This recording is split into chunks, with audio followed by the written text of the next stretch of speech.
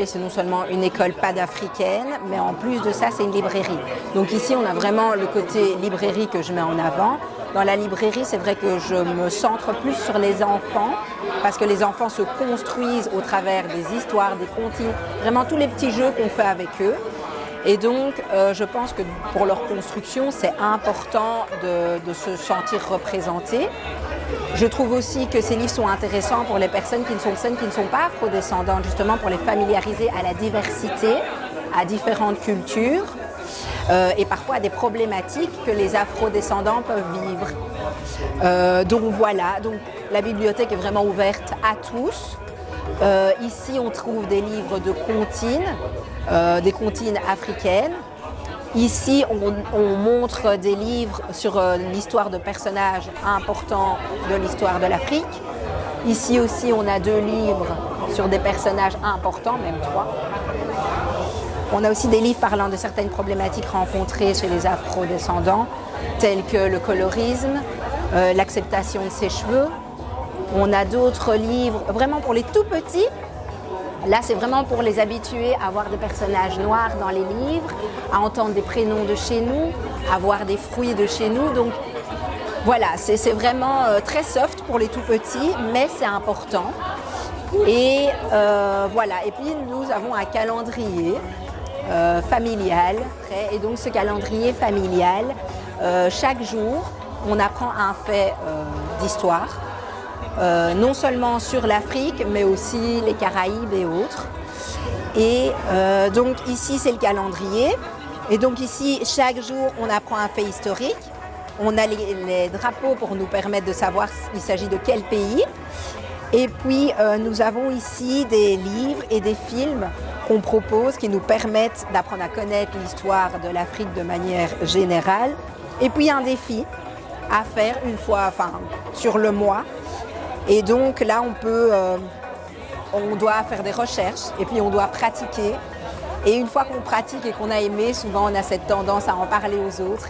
Et donc on partage le savoir. Donc voilà tout ce que nous proposons au niveau de la librairie.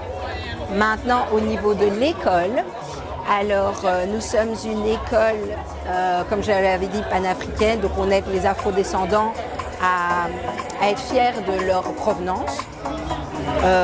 Au travers de l'histoire et de la répétition. Donc on parle de l'histoire, de la préhistoire jusqu'à aujourd'hui. Donc au travers de cette histoire, on leur explique comment est-ce qu'on est arrivé dans cette Afrique qu'on dépeint de manière négative. Nous, ce qu'on essaye de faire, c'est justement de redonner une image positive à l'Afrique. Donc on insiste beaucoup sur la période de la préhistoire et quand il y avait les grands empires. Et puis on explique comment est-ce qu'on est arrivé au stade d'aujourd'hui. Et le plus important dans cette école, c'est qu'on essaie de savoir qu'est-ce qu'on peut faire pour redorer l'image de l'Afrique. Donc là, on travaille beaucoup le développement personnel, le mindset, la confiance en soi, l'acceptation de soi et l'éducation financière. Donc on travaille vraiment beaucoup de thèmes différents, mais pour nous aider à avoir une meilleure Afrique, une diaspora qui prospère. Donc c'est vraiment ça notre but au niveau de l'école. Et l'école est à partir de 6 ans jusqu'à 99 ans. Donc c'est vraiment large. Et en fait, on adapte nos cours au public qu'on a. Les enfants, on va être sur quelque chose de beaucoup plus soft. Les adultes, on va un peu plus rentrer dans les détails. On aura des conversations. On peut décider d'aller au théâtre, voir des pièces et en discuter. Et voilà, mais toujours sur l'Afrique. C'est ça le but. Alors, ça fait 1 an et demi l'école. La librairie, ça fait 2 mois. Mais l'école, on l'a commencé d'abord avec la famille et les amis pour voir justement s'il y avait cet effet positif. Et une fois qu'on a vu que l'effet positif, en tout cas qu'on souhaitait, a commencé à naître, on s'est dit on va rendre ça public. Et donc là, on structure les enfants, il va y avoir des sessions en présentiel. Les adultes, par contre, on va essayer de faire sur Internet, comme ça, tout le monde y aura accès. Parce que sinon, il faut se trouver à Namur ou Liège pour réussir à avoir du présentiel. De mon enfance, je pense que j'avais des problèmes d'acceptation de moi. Et quand je suis devenue maman, j'ai voulu apprendre à mes enfants toute la beauté de toute la grandeur, la beauté de nos cultures. J'ai voulu déconstruire toute cette idée négative qu'il y a autour de l'Afrique. J'ai voulu tisser des liens entre les Africains et donc je me suis dit pour ça il faut passer par l'histoire. Il faut comprendre comment est-ce qu'on en est arrivé là, pourquoi est-ce que je ne m'aimais pas étant petite et pourquoi est-ce que c'était lié à mes cheveux, à ma couleur de peau et autres.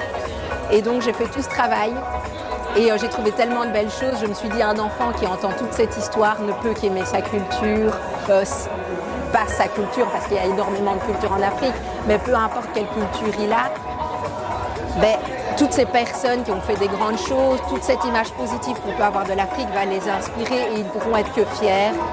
Et s'ils doivent vivre des choses difficiles en Occident par rapport à leur couleur de peau, leurs cheveux ou autres, ils sauront répondre de manière intelligente parce que justement on leur aura appris leur histoire et donc ils sauront éduquer la personne en face d'eux avec toutes des connaissances. C'est vraiment sorti de là. Ici, il s'agit de montrer la culture africaine et caribéenne à travers des super-héros, des bandes dessinées / manga, de l'action et de la fiction avec Muntu Warriors. Auteur, illustrateur, j'ai créé l'univers, j'ai créé l'histoire, j'ai créé les personnages et j'ai créé le scénario. Bonjour, nous sommes AIE Édition, une maison d'édition belge basée à Bruxelles qui propose des livres jeunesse et des personnages principaux afrodescendants. Comme Georges par exemple. L'idée c'est de proposer des livres où les personnages principaux sont noirs ou métis. Justement on s'est rendu compte qu'il n'y avait pas ça dans la littérature jeunesse et que c'est très très important pour les enfants dans les livres où ils sont représentés. Mais également pour les enfants qui ne sont pas afrodescendants dans des livres où leurs amis sont représentés pour qu'ils se rendent compte de la diversité qui existe vraiment dans ce monde et que très très tôt ils puissent grandir avec. Notamment par exemple ici on voit à la vanille une maman qui a des locks. C'est pas forcément courant chez certains, donc c'est important aussi d'avoir cette représentation-là dans les livres. Et nous, on a des livres pour les enfants qui va de 0 à 14 ans. C'est vraiment notre public assez large. On a pour l'instant 3 collections. Une collection pour les tout petits, avec fait de beaux rêves timides. Pour les tout petits, ils peuvent vraiment commencer à apprendre à lire avec leurs parents. On a une collection tout nani, je vais vous montrer Georges et la soupe à la vanille. Et on a aussi la collection Moya, qui sont des romans jeunesse pour les enfants à partir de 9 ans qui peuvent déjà lire tout seul et qui lisent déjà de manière assez conséquente. Voilà. C'est vraiment avant tout pour les enfants. Justement, c'est vraiment important. C'est cet âge-là qu'ils se construisent en fait. Donc le fait d'avoir des livres où ils sont les héros de l'histoire, ça leur permet de se rendre compte que le héros de l'histoire, non seulement dans les livres, mais également dans leur vie plus tard. C'est un impact vraiment important pour eux dans leur construction de savoir qu'ils peuvent être le personnage principal d'une histoire et en grandissant, ça va rester dans leur tête et ils vont se dire qu'on peut être le personnage principal dans l'histoire, dans la vie d'une entreprise, d'un organisme.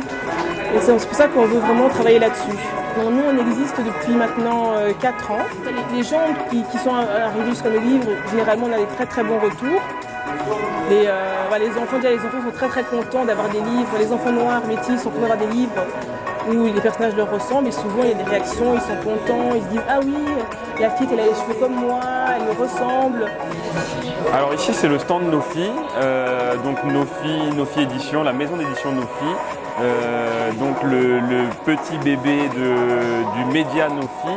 Le média Nofi, anciennement le t-shirt noir et fier, né en 2004, le média Nofi, né en 2014, la maison d'édition Nofi Édition en 2019, Griot Kids, l'application des contes et comptines et de cours de langue et de podcasts pour enfants de 2024 et l'école gratuite d'informatique au Congo-Brazzaville, l'école 2050. Aujourd'hui, ce que nous présentons, ce sont des livres, vu que c'est un salon littéraire, les livres que nous avons publiés avec des auteurs qui viennent un peu de partout. Vous allez avoir par exemple Madagascar, la Guinée, le Congo, la Côte d'Ivoire, les Antilles, le Cameroun. Notre quête, entre guillemets, c'est de vulgariser la culture afro, qu'elle soit accessible à tous, que les gens, surtout, restent accrochés à leur culture et vivent avec. Donc on permet à des auteurs afro, amoureux des cultures afro et afro-caribéennes, d'écrire et de se faire connaître auprès d'un public intéressé par ces cultures. Nofi, donc la maison d'édition existe depuis 2019, le média depuis 2014. Mais tout ça vient du projet de t-shirt Noir et Fier né en 2004. Christian Zelat, le fondateur, le cofondateur de Nofi, l'idée du t-shirt, la manière dont il raconte cette histoire, c'est que quand il était plus jeune, en 2004, il était en France et il avait cette idée qu'il y avait quelque chose qui n'allait pas. Il y avait quelque chose qui n'allait pas, il ne comprenait pas, il ne savait pas quoi. Et un jour, il a créé ce t-shirt, c'est une typo simple, Noir et Fier, et il l'a porté. Et les gens ont commencé à prendre de l'intérêt pour ce t-shirt, voir l'intérêt de ce t-shirt. Et il a commencé à le vendre et ça s'est très bien vendu, ça a fait un carton en France. Des rappeurs l'ont porté, des sportifs l'ont porté, des acteurs, par exemple Jamie Foxx quand il est passé dans les années 2000 en France, portait le t-shirt Noir et Fier. C'était vraiment un événement impactant qui l'a mené en fait à créer le média plutôt sur un côté culturel. Et nos articles sont intemporels. L'idée c'est qu'on puisse les lire dans 10 ans, qu'on puisse les lire dans 20 ans.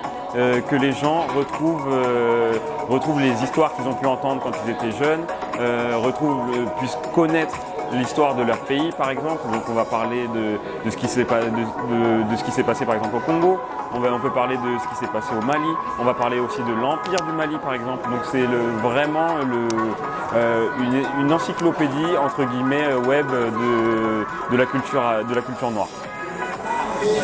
Je suis très heureuse d'être ici. Le premier pas vers le monde, c'est la culture, c'est la littérature. Et donc l'ouverture de ce salon littéraire est une étape essentielle et merveilleuse vers la connaissance du monde africain. L'impression que ça m'a donné, c'est que je suis extrêmement fière. C'est pas la première fois que Célina Séné organise ça.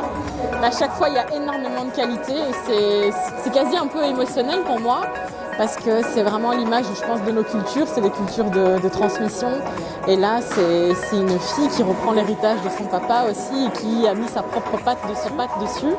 Moi, ça me fait énormément plaisir de venir avec mes neveux et mes nièces parce que, il y a vraiment de tout pour tout le monde.